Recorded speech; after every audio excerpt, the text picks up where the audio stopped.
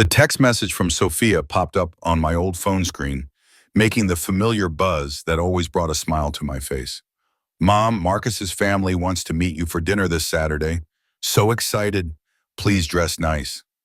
My heart swelled with a mixture of joy and a tiny prickle of unease.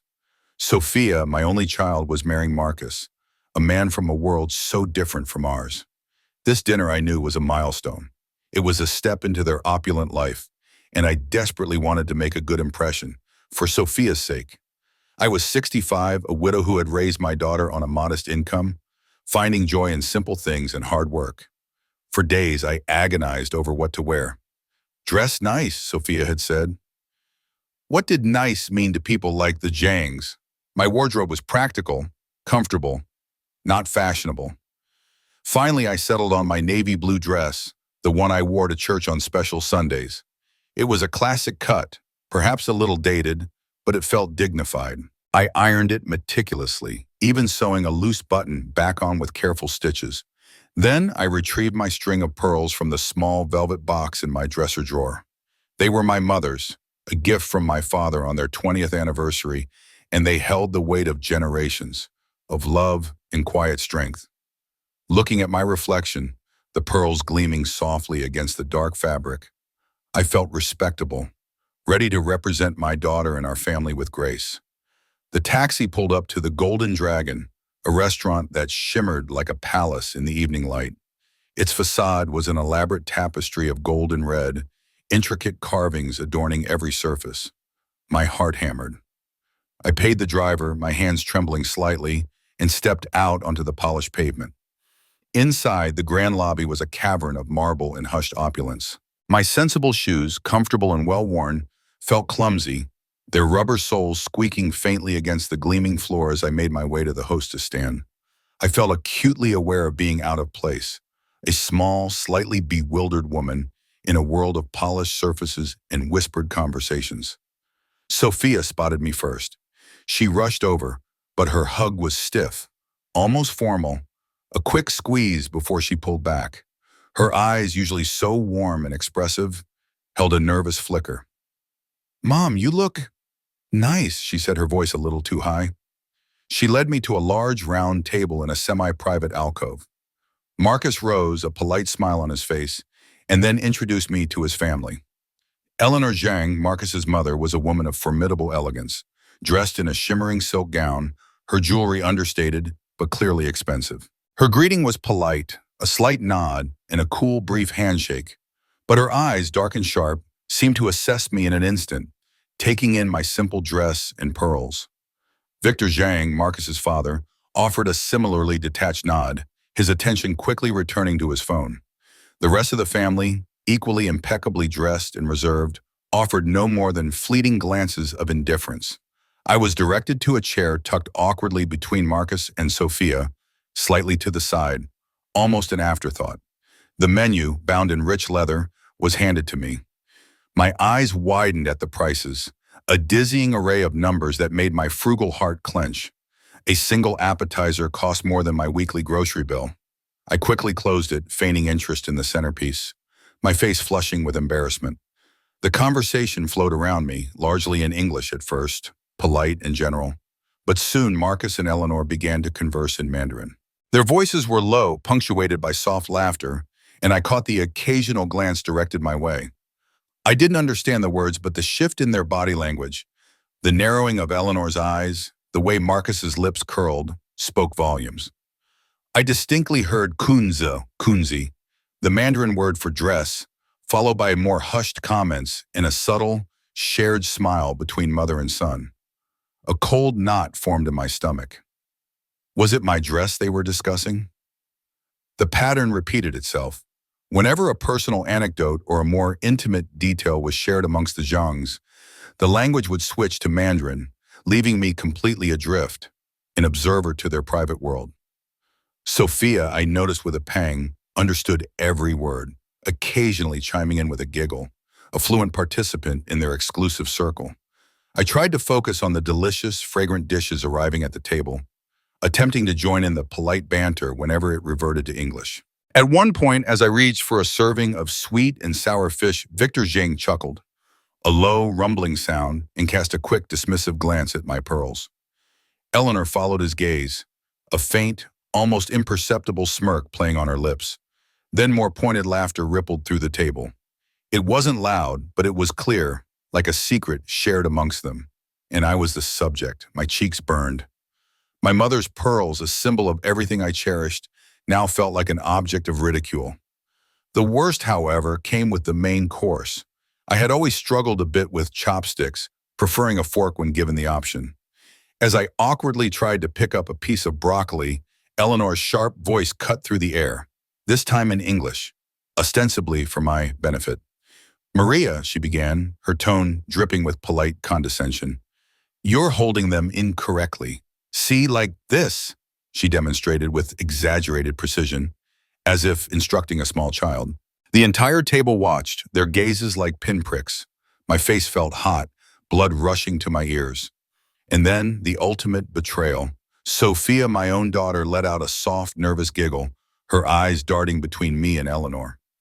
It was a tiny sound, barely audible, but it pierced me more deeply than any of the Zhang's cutting remarks. It was then that I truly felt the humiliation, not just from strangers, but amplified by the quiet complicity of my child. I mumbled an excuse about needing to use the restroom, practically bolting from the table. In the privacy of the opulent ladies' room, I stared at my reflection in the gilded mirror. The woman looking back at me, with her slightly rumpled navy dress and inherited pearls, seemed to shrink under her own gaze. I looked out of place, plain, unmistakably an outsider. A wave of profound sadness washed over me. This wasn't just about a dinner. It was about a chasm, growing wider with every passing moment, between my world and Sophia's new one. When I returned, trying to compose myself, the conversation had moved on. They were discussing wedding arrangements, the guest list, the venue, grand plans, meticulously detailed. I tried to offer a small suggestion, a quiet thought about a traditional detail. But Marcus, without even looking at me, waved a dismissive hand. "Oh, Maria, that's really not how we do things. It's not quite appropriate for our event." His tone was polite, but his words were a blunt instrument, effectively silencing me. My input, my experience, my very existence as Sophia's mother, seemed utterly irrelevant to them. The meal concluded, and as we rose to leave, Eleanor turned to Marcus, her voice low, speaking again in Mandarin. I caught only the familiar rhythm, the unmistakable cadence of a final cutting remark. Marcus laughed, a bright, easy sound, and Sophia, standing beside him, offered a small, knowing smile. My heart sank. Outside, the cool night air was a welcome relief, but it couldn't soothe the sting of the evening. As we waited for the valet, Marcus turned to Sophia, giving her arm a possessive squeeze. "Sophia," he said, loud enough for me to hear, a seemingly innocent comment meant to be overheard, "you are so lucky to have such a simple mother." His words, delivered with a saccharine smile, were the final cruel flourish to an already excruciating night. They confirmed everything I had felt. I was an embarrassment, a relic from a past Sophia was eager to shed, too simple for their sophisticated world. The drive home from the Golden Dragon was a blur of streetlights and silent accusation. Marcus's parting words, "Sophia is lucky to have such a simple mother," echoed in the hollow space of my car. They bounced off the windows, amplified by the painful memory of Sophia's nervous giggle, her knowing smile when Eleanor spoke in Mandarin. My simple navy dress suddenly felt like a scarlet letter, my pearls a noose around my neck. The initial pang of hurt had solidified into something colder, a dawning, terrible clarity. Sophia's request to dress nice hadn't been a loving suggestion from a daughter wanting her mother to feel good. It had been a desperate plea to hide me, to make me less embarrassing, to conform to the polished expectations of the Zhangs. It stemmed from shame, not care. As the car cruised through the quiet streets, my mind, sharp and unwilling to rest, began to replay the entire evening. Every glance, every hushed aside, every snippet of conversation spoken in Mandarin came rushing back. The language, once a familiar comfort, now felt like a weapon, its nuances slicing through me with precision. And then the full, cruel meaning of their words, previously masked by my emotional distress, hit me with the force of a physical blow. Eleanor, her voice silky and venomous, had described my dress as one of those garments from a thrift store for poor people. My heart clenched. Thrift store. Poor people.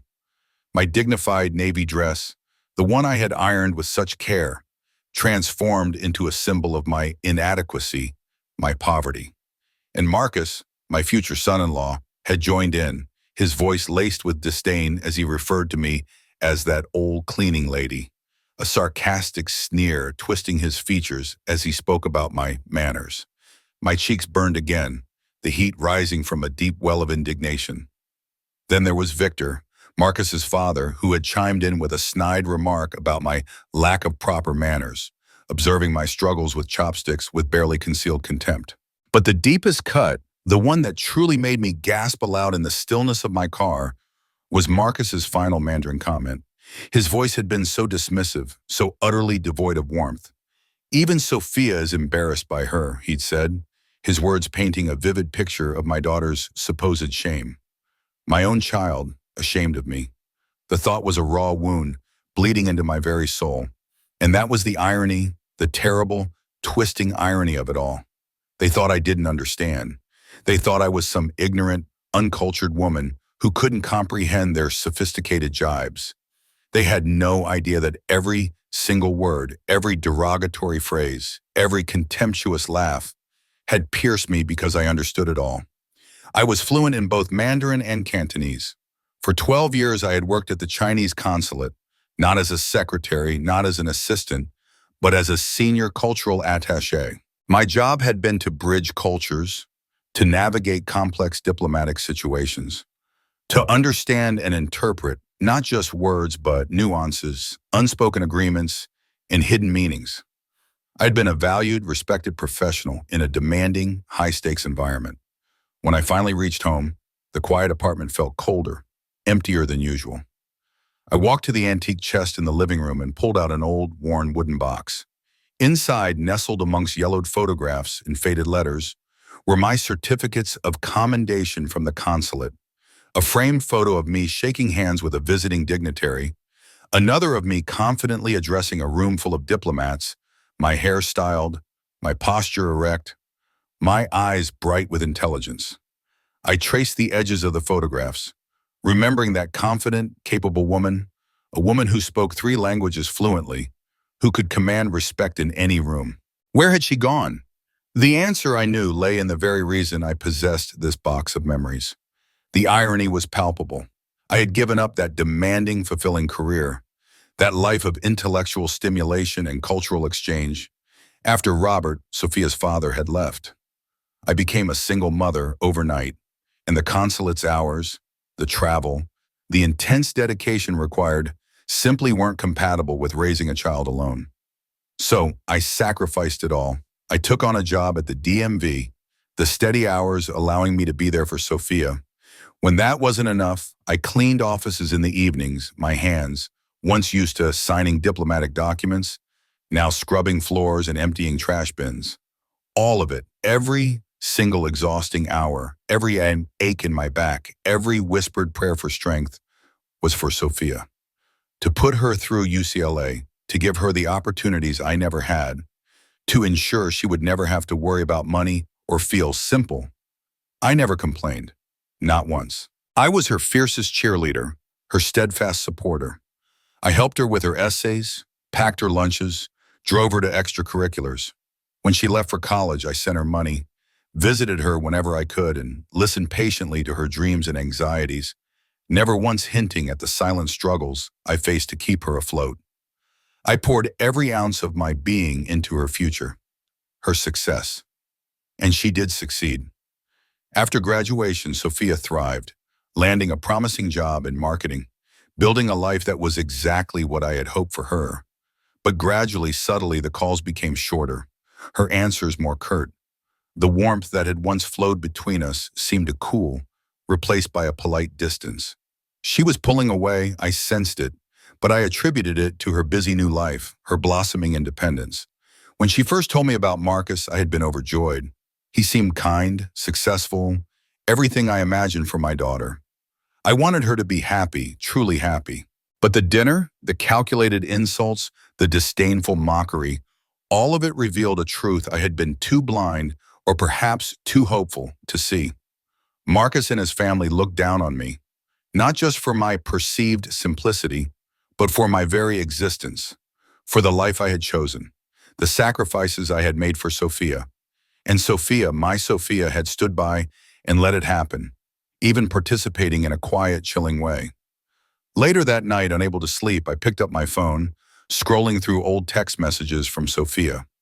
The pattern of her increasing distance, her subtle shame, was suddenly glaringly obvious. The rushed goodbyes, the forgotten callbacks, the vague excuses for not visiting. It all started around the time she met Marcus, when her life began its ascent into their world. Each message, once innocuous, now carried a hidden sting.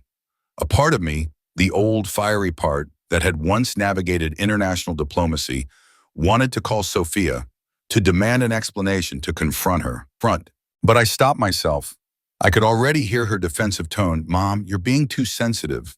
You're misunderstanding. They didn't mean anything by it. She would rationalize it, minimize my pain, and ultimately, she would choose their side. The thought was unbearable.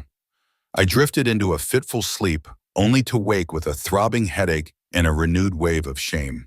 The dinner replayed itself, an endless loop of mockery and dismissal. I couldn't face work. Calling in sick, I curled up on the sofa, the weight of their words, Sophia's betrayal, and my own foolish hopes pressing down on me. The phone vibrated on the coffee table, startling me from my self-pitying stupor. It was Sophia. My heart, against my will, fluttered with a fragile hope. Maybe she had realized the cruelty of the dinner. Maybe she would apologize, or at least offer some explanation for her chilling silence, her quiet complicity. I answered, my voice carefully neutral. Mom? Hi, Sophia's voice was strained, a little too bright. Just checking in, how are you? I'm fine, Sophia, just a quiet day, I replied, my gaze fixed on the wilting flowers in a vase on the table, a stark reflection of my mood. There was a pause, a hesitant breath from her end. Look, Mom, about dinner the other night, I just wanted to say the Zhangs really liked you.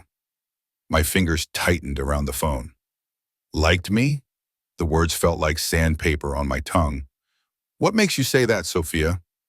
Oh, they said you were very polite, very respectful. Eleanor especially thought you were charming. She rattled off, a practiced script.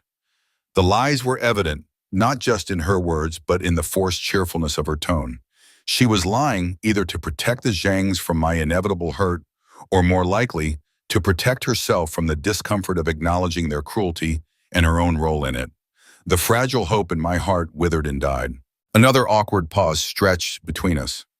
Then Sophia plunged ahead, her voice softening, but with an underlying current of nervousness. And Mom, for future events, maybe you could dress a little more formally? And perhaps I could help you pick out some outfits, just so you feel more comfortable, blending in. I closed my eyes. There it was, the thinly veiled embarrassment, the explicit request for me to change, to conform, to erase myself to fit into their world. She wasn't worried about my comfort. She was worried about their comfort, about my appearance reflecting poorly on her. My mouth opened, and to my own surprise, I heard myself agreeing, Yes, Sophia, that sounds thoughtful. I appreciate it. The words felt foreign, a betrayal of my own dignity, but they slid out, confirming her quiet shame and my unspoken acquiescence.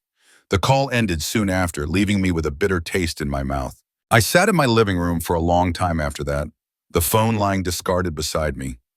My gaze fell upon a photo album on the coffee table. I opened it to a page filled with snapshots of Sophia from her childhood, her beaming face after winning a school science fair, her excited grin on her graduation day from high school, her proud stance in her UCLA cap and gown. Me standing beside her, my arm around her, my face radiating pure, unadulterated pride. Had she ever felt that same pride in me? Had she ever looked at me and thought, my mother is strong, capable, amazing, the way I had always looked at her? The question hung heavy in the air, unanswered. That afternoon, something shifted within me. The shame, the hurt, the sense of betrayal began to crystallize into a quiet, steely resolve. I realized I couldn't simply retreat, lick my wounds, and become an invisible fixture in Sophia's periphery. If I wanted to remain a part of Sophia's life, truly a part of it, I needed to understand this world she was so eager to embrace, this world that so easily dismissed me. I needed to understand Marcus, his family, and the empire they had built. My past life at the consulate had taught me the value of intelligence, of understanding an opponent, or in this case a situation, from the inside out. My decision was made. I would research Marcus's family and their business, starting with the Zhang Group, their vast restaurant empire. 2 weeks later, an unexpected opportunity presented itself. I found myself driving past Zhang's Golden Palace, the flagship restaurant of the Zhang Group, its imposing structure a testament to their wealth and influence. As I slowed down, my eyes caught a small, discreet, help wanted sign tucked into a corner of the window. Hostess, weekends. A spark ignited within me. A hostess. It was perfect. It would give me access, a vantage point from which to observe, to listen, to understand. It was risky, yes, but the alternative was to fade away, to let Sophia be swallowed whole by a family that saw me as nothing more than a simple, embarrassing relic. I needed to understand what Sophia saw in this world, what it offered her that was worth, it seemed, abandoning her own mother for. I walked in the next morning, dressed in a conservative, smart blouse and trousers, my pearls conspicuously absent. The manager, a harried young man, looked me over skeptically. "You have experience?" he asked, his tone indicating he expected a negative answer. "Extensive," I replied calmly. "I was a cultural liaison for many years. Customer service, conflict resolution, managing complex social interactions. It was all part of my daily role." I deliberately omitted the word consulate, knowing it would raise too many questions. He seemed marginally impressed, but it was Eleanor Zhang herself who conducted the final interview. She swept into the office, her presence commanding, her eyes instantly assessing. She asked me about my background, my qualifications, my availability. I answered truthfully, carefully editing out any details that might reveal my true purpose. Then she switched seamlessly into Mandarin, asking a complex question about handling a demanding VIP guest. Her tone was sharp, a test. I replied instantly, fluently and confidently, outlining a detailed, diplomatic strategy for managing the situation. My Mandarin precise and polished, my Cantonese accents coming through slightly as I explained the nuances. Eleanor Zhang blinked. Her formidable composure wavered, replaced by a flicker of genuine surprise, then an impressed smile. "You speak excellent Mandarin, Maria, and Cantonese too, I detect," she said, her voice softening slightly. "That is unexpected and very useful." She hired me on the spot for weekend shifts. "Welcome to the Golden Palace, Maria," she said, her handshake firm, completely unaware that she had just welcomed a Trojan horse into the heart of her empire. A woman whose true intentions were far from simply greeting guests. Working at the restaurant was incredibly enlightening. From behind the hostess stand, I had a front row seat to the Zhang family dynamics, their interactions with staff, and their true personalities when they thought no one important was listening. I observed their subtle power plays, their casual dismissiveness of employees, their thinly veiled arrogance. Most importantly, I listened. I listened intently to their conversations, especially when they switched to Mandarin, assuming, as they always did, that only family understood. Every whispered word, every cutting remark, every confidential business discussion was now perfectly clear to me. I was learning their world, one secret conversation at a time. From my vantage point at the hostess stand, I became an expert observer, a silent witness to the Zhang family's intricate ballet of power and deception. Eleanor, as expected, was a demanding matriarch. Her criticisms of the staff were frequent and sharp, delivered in rapid-fire Mandarin, her voice cutting through the kitchen clatter. Waiters would visibly flinch, their faces paling as she berated them for even minor infractions. She ruled with an iron fist, disguised beneath a veneer of polite smiles for her wealthy clientele. Victor Zhang, by contrast, was a man of few words. He preferred to observe, his gaze like a hawk's. But when he did speak, his words carried an absolute, undeniable authority. Even Eleanor would defer to him, her sharp edges softening in his presence. His silence was more menacing than Eleanor's outbursts, suggesting a deeper, more calculated mind at work. Marcus was the charmer. To customers, he was affable, attentive, and impeccably polite, moving through the dining room with an easy grace.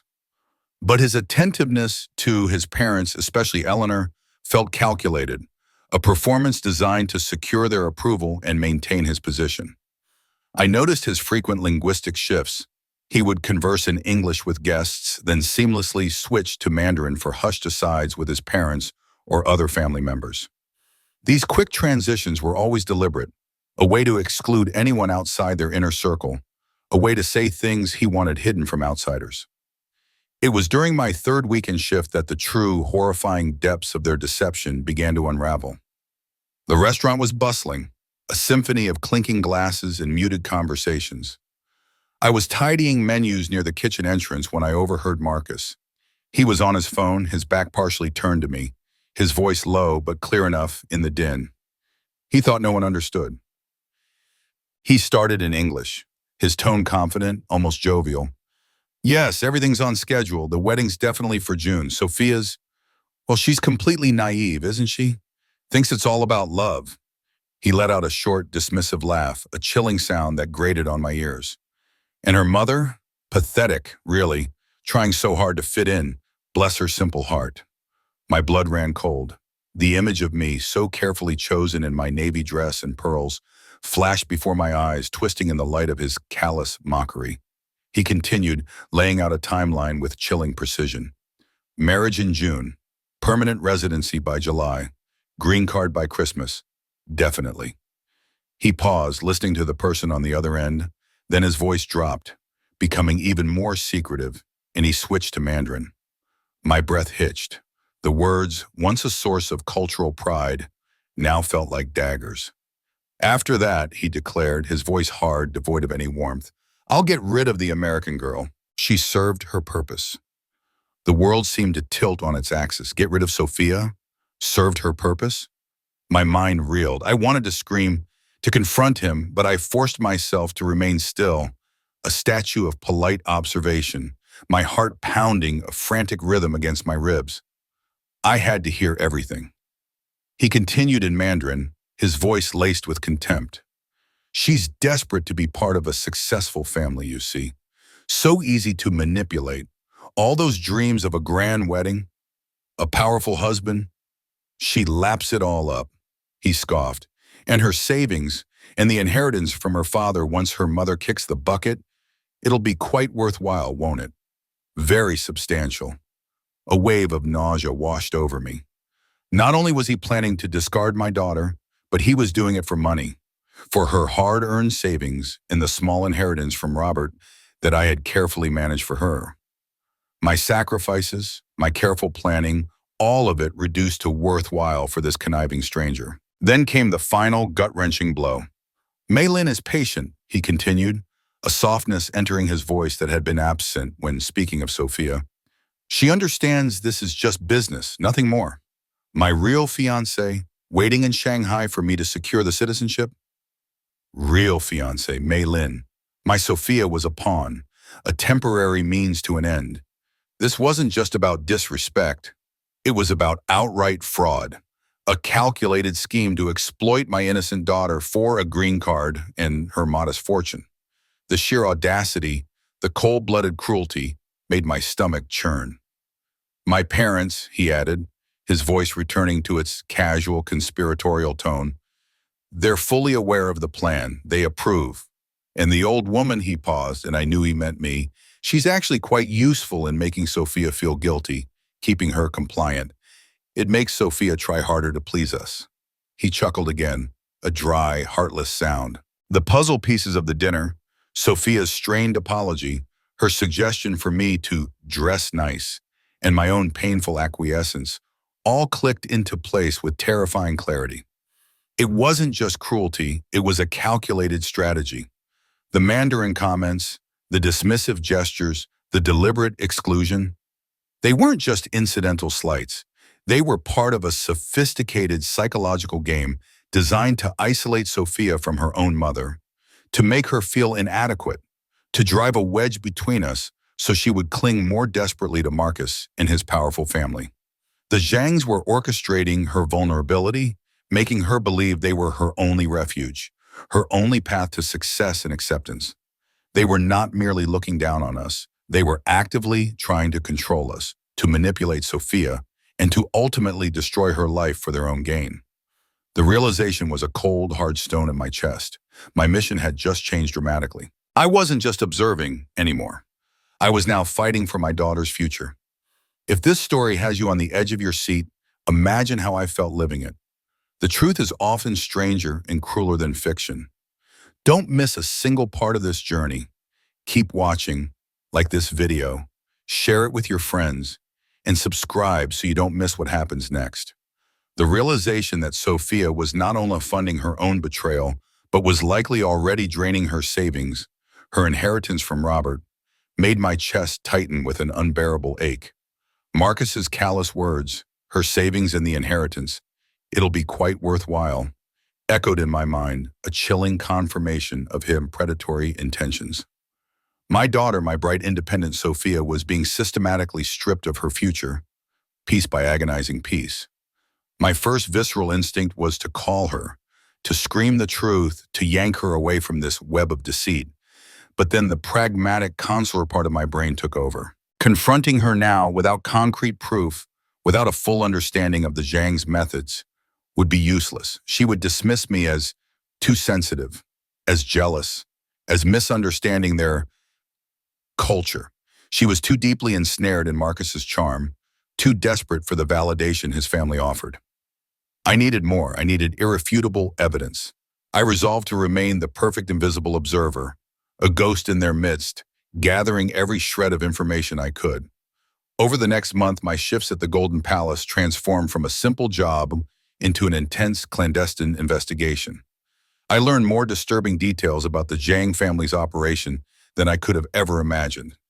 My position at the hostess stand, overseeing reservations, seating arrangements, and occasionally assisting with general inquiries, gave me unparalleled access to their internal communications, particularly when they switched to Mandarin. I discovered that Marcus's marriage to Sophia was not his first attempt at this scheme. Buried in casual conversations, veiled hints, and overheard phone calls between Eleanor and Victor, I pieced together the truth about his previous marriages. There had been two others, Emily Dawson, a quiet teacher from Oregon, and Olivia Hayes, a vivacious nurse from Arizona. The pattern was horrifyingly consistent. Each marriage had lasted just long enough for Marcus to finalize his citizenship paperwork. Shortly after obtaining his green card, the women divorced him. And then they simply disappeared from the Zhang's lives, their names never mentioned again, their existence utterly erased. The family's roles in this grotesque charade became clear.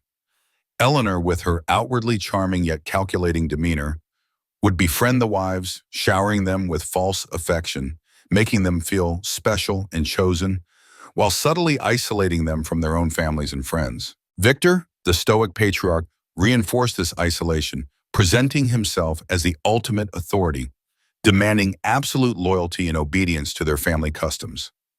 Together, they systematically drained the women's financial resources, coercing them into merging assets, investing in family businesses, or simply spending lavishly on the illusion of their shared future.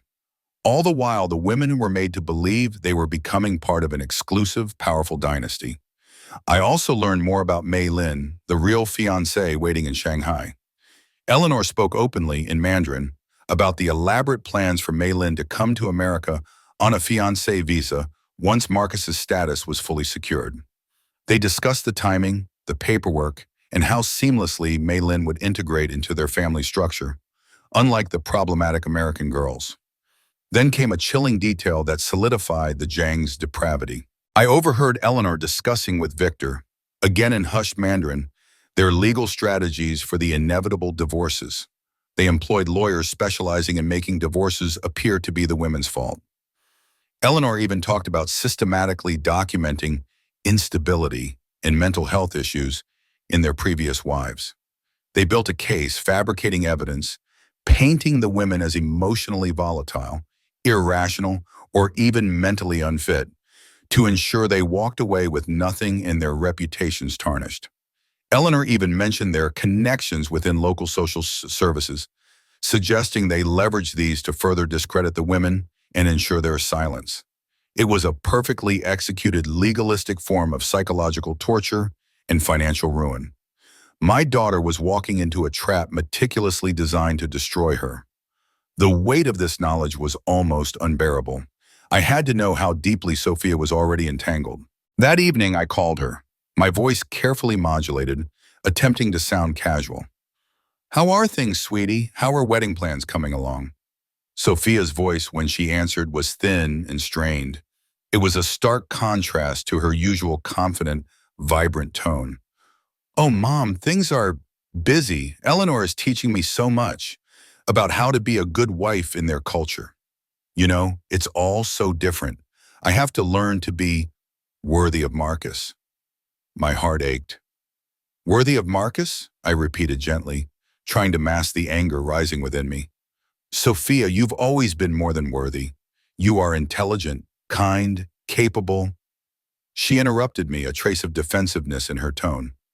"No, Mom, you don't understand. Their world is different. I need to change. Eleanor says I'm too independent, sometimes too American. I need to adapt, to put Marcus and his family first. It's how their relationships work." My daughter, the fiercely independent woman I had raised, was admitting that she needed to change, to become less of herself to please this family. And then came the final crushing blow. "Marcus has been helping me with our finances too," she said, her voice laced with a forced lightness. "He's so good with money. He's taking care of all our combined accounts, making sure everything is ready for our future." My hand gripping the phone trembled. Combined finances. My daughter pouring her hard-earned savings, her small inheritance, into the hands of a con artist, believing it was for their future while he plotted her ruin and already had a real fiancé waiting in the wings. I managed to utter a few non-committal words before hanging up, my eyes brimming with tears. I slid down the wall, clutching the phone to my chest, my body shaking with silent sobs. My Sophia, my beautiful, brilliant Sophia, was being systematically broken down, erased. The strong, independent spirit I had so carefully nurtured was being methodically chipped away, replaced by a desperate need for acceptance and approval from the very people who intended to destroy her. I wiped my tears, a fierce determination replacing the heartbreak. I would not let them succeed, not this time. With the knowledge of Marcus's previous marriages to Emily Dawson and Olivia Hayes, my strategic planning began in earnest. My priority was clear. I needed to find these women, to hear their stories directly, and hopefully to gather the tangible evidence I desperately needed. My consular training, with its emphasis on meticulous research and discrete information gathering, kicked in. I started with public records, old social media accounts, and professional networking sites, carefully piecing together fragments of their lives. Against the odds, I successfully tracked them down. Emily Dawson, I discovered, was now a fifth-grade teacher in Portland, Oregon. Olivia Hayes was working as a surgical nurse in Phoenix, Arizona. Both had rebuilt their lives, but the quiet anonymity they had sought spoke volumes about their past. I drafted carefully worded emails to each of them. I introduced myself as Sophia's mother, expressing deep concern for my daughter's upcoming marriage to Marcus Zhang. I explained in broad strokes that I had reason to believe Marcus and his family were involved in a pattern of deceit, and I gently asked if they would be willing to share any experiences they might have had with the Zhang family, emphasizing that their insights could potentially save my daughter from a similar fate.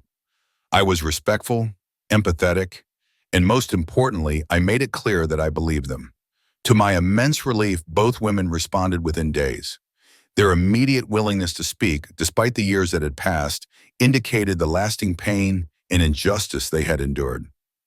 They both agreed to phone calls. Emily Dawson was the first. Her voice, though soft, carried an underlying tremor of remembered hurt. Her story was heartbreakingly familiar. She recounted being swept off her feet by Marcus's charm, the whirlwind romance, the quick marriage.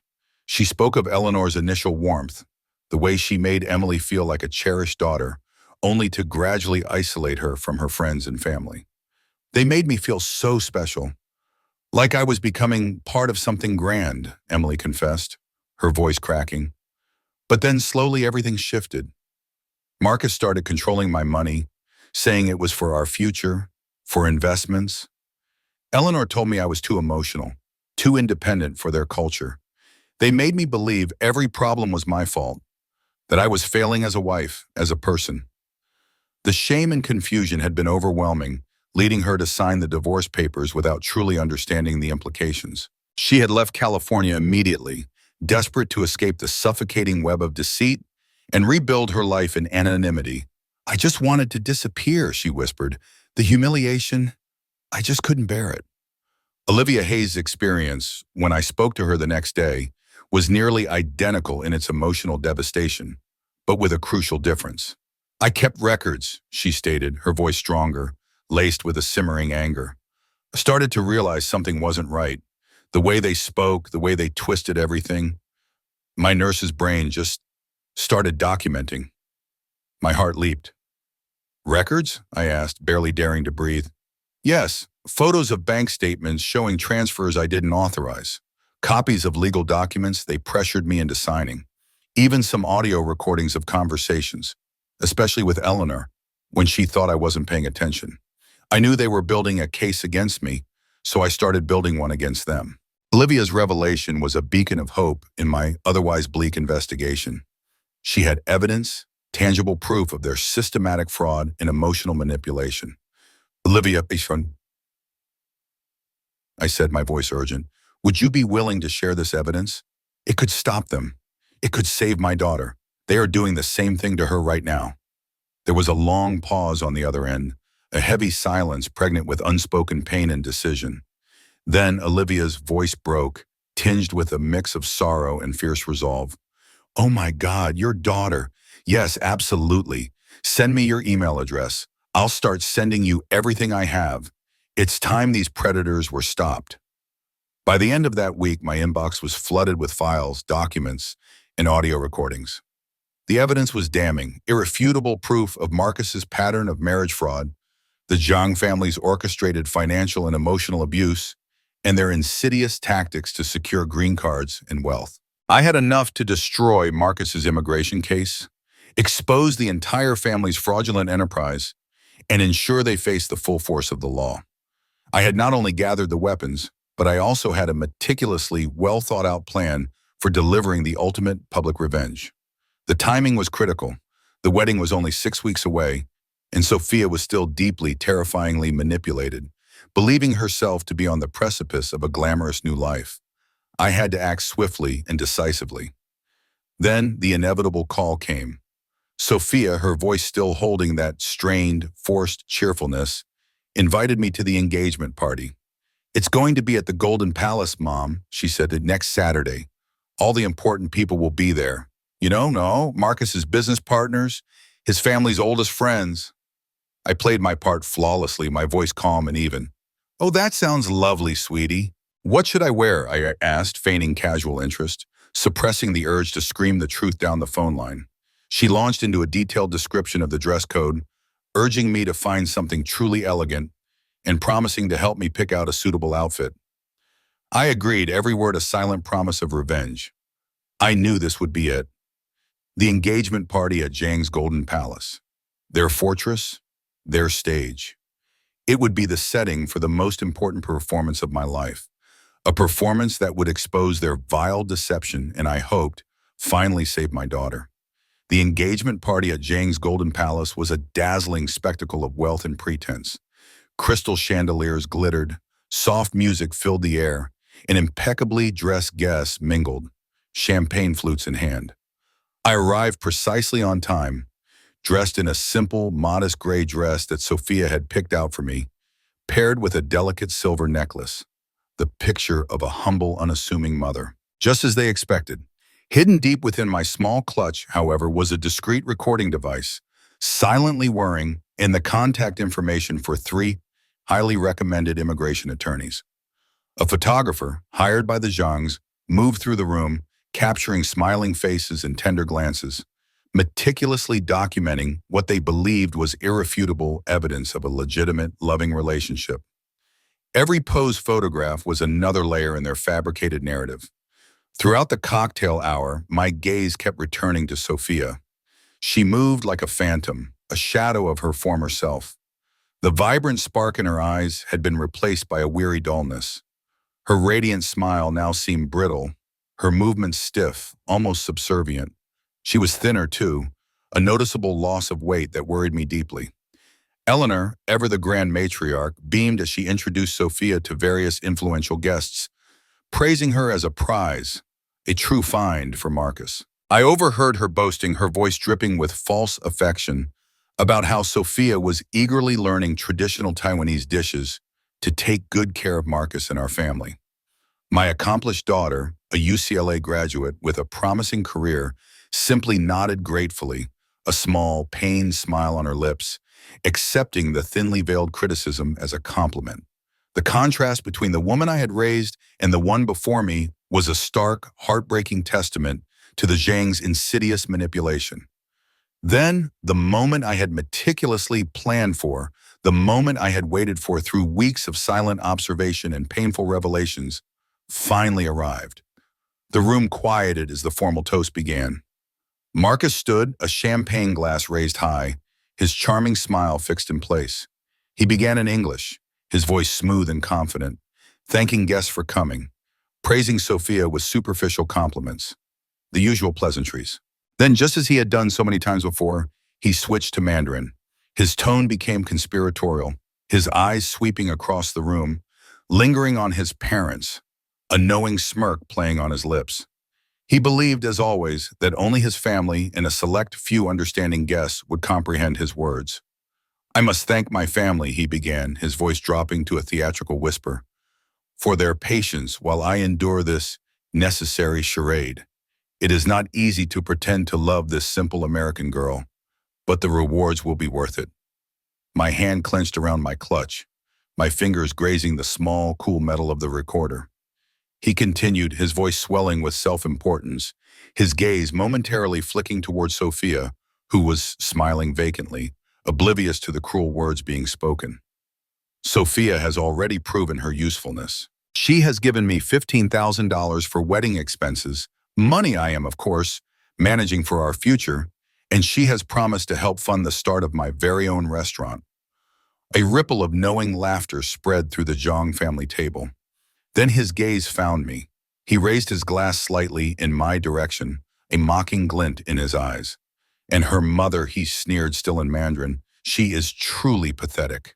It has been quite entertaining to watch her desperation to be accepted into our family, to try and fit in. It makes Sophia's devotion all the more complete." My breath caught in my throat. This was it, the final public insult, the culmination of months of calculated humiliation. I took a slow, deep breath, letting the anger fuel me, steady my resolve. I slowly rose from my chair, my movement deliberate, quiet, yet somehow commanding. Every head in the room turned, a sudden hush falling over the chatter. Marcus, mid-sentence, faltered, his eyes widening in confusion. Eleanor frowned, a silent question on her face. Victor, ever stoic, merely watched, his eyes narrowed. And then I spoke, not in English, not in the broken, hesitant manner they expected. I spoke in perfect, fluent Mandarin, my voice clear, strong, and unwavering, echoing through the suddenly silent hall. "Marcus Zhang," I began, my gaze locking onto his horrified face, "you are mistaken. I am not pathetic, and I am certainly not desperate. And you, sir, are a fraud." The effect was instantaneous. Eleanor gasped, her hand flying to her mouth. Victor's stoic facade cracked, his eyes darting between me and Marcus. Marcus himself looked as though he had seen a ghost, his face draining of all color. "What you just said," I continued, my voice gaining power, "about pretending to love this simple American girl, about Sophia funding your future, about her usefulness, and about my desperation to be accepted. I understood every single word." I paused, letting the revelation sink in. The murmurs erupted, a wave of shock and disbelief spreading through the non-Chinese speaking guests, who looked bewildered by the sudden shift in atmosphere. I reached into my clutch and pulled out the small recording device, holding it up for all to see. And for the last 2 months, I have recorded every one of your family's private conversations, especially when you switched to Mandarin, thinking I, the old woman, could not understand. I then produced a neatly organized folder, thick with documents. This folder, I announced, holding it aloft, contains evidence of Marcus Zhang's previous marriages to Emily Dawson and Olivia Hayes, two women he similarly exploited for citizenship and financial gain. I didn't wait for their protests. Here are bank statements showing the systematic draining of their assets, forged documents, and recordings of Marcus speaking with his real fiancée, Mei Lin, about his plans to get rid of Sophia once her purpose is served. My voice was ice, cutting through the stunned silence. This is not an engagement party. This is a criminal enterprise, and it ends tonight. Marcus, his face a mask of disbelief and panic, attempted to stammer a denial. You don't understand. My Mandarin is complex. You heard incorrectly. His voice was a pathetic croak, his eyes wide with fear. I met his gaze, my voice steady, cutting through his feeble protests. Complex, Marcus? Perhaps to those unversed in the language. But I spent 12 years as a cultural attaché at the Chinese consulate. I assure you my understanding is complete. The revelation hung in the air, a final undeniable blow. Eleanor, her composure finally shattered, lunged forward, her mouth open to unleash a furious torrent of accusations. But I didn't let her. My voice, still in crisp Mandarin, cut her off. And you, Eleanor, we have recorded your delightful conversations about how to manipulate and discredit problematic American women. Your careful strategies for manufacturing instability and mental health issues in your previous daughters-in-law will make for fascinating listening to the authorities. Eleanor froze, her face chalk white. From beside Marcus, Sophia, her face pale and bewildered, whispered, "Mom, I don't understand what's happening." Her voice was small, childlike, utterly lost. I turned to her, my heart aching with a pain far deeper than any anger. "Sophia, my love," I began, my voice softening. "Marcus doesn't love you. He never did. He is using you just as he used Emily and Olivia before you.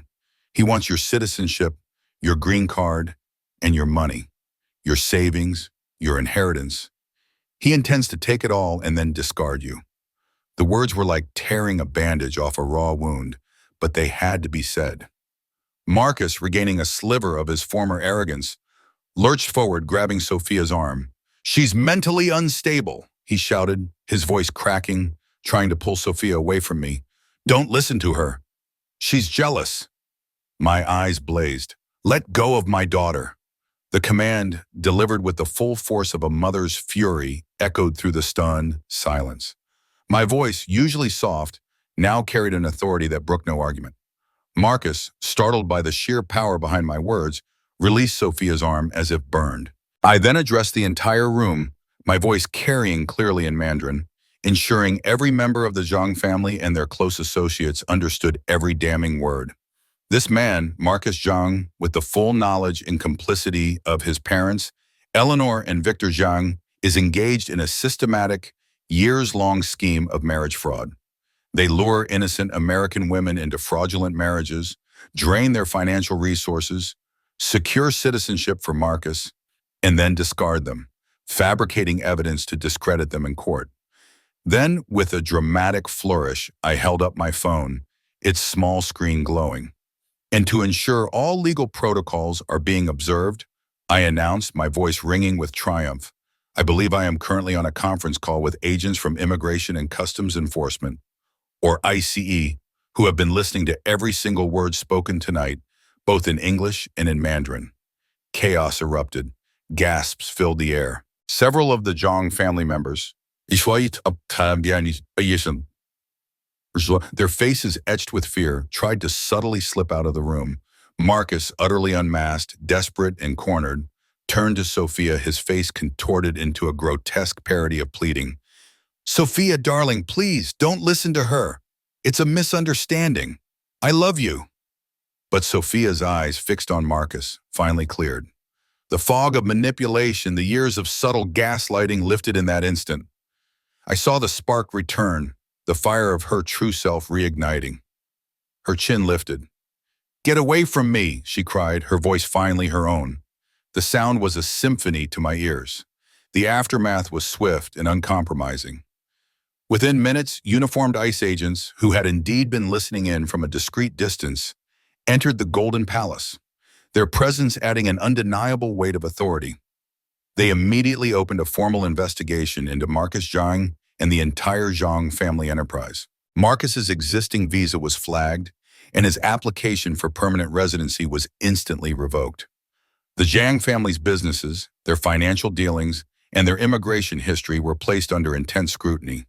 The Golden Palace, once a symbol of their power, was now a scene of their public downfall. 3 days later, Sophia arrived at my door. She looked utterly distraught, her eyes red and swollen from crying. She fell into my arms, bawling. "Oh, Mom," she choked out. "I am so sorry for everything, for not listening, for letting them do this to you, to us." I held her close, stroking her hair, letting her cry. When her tears finally subsided, she confessed everything, the shame and confusion pouring out of her. Marcus and Eleanor, they systematically undermined my confidence, made me believe I wasn't good enough, too independent, too American. They made me ashamed of our life, of you. I gently pulled back, looking into her eyes. "Sophia, you are more than enough. You always have been. Every sacrifice I made, every extra hour I worked, it was all out of love for you, never out of shame. I wanted you to soar, to be happy, to be your brilliant self, and I am so proud of the woman you are." Over the following months, Sophia slowly began to rebuild her life. She lost a significant amount of money to Marcus's scheme, but she gained something far more valuable: clarity. She canceled the wedding, informing the vendors with a quiet satisfaction that was healing to witness. She severed all ties with the Zhangs, reclaiming her independence, her confidence, and most importantly, her true self.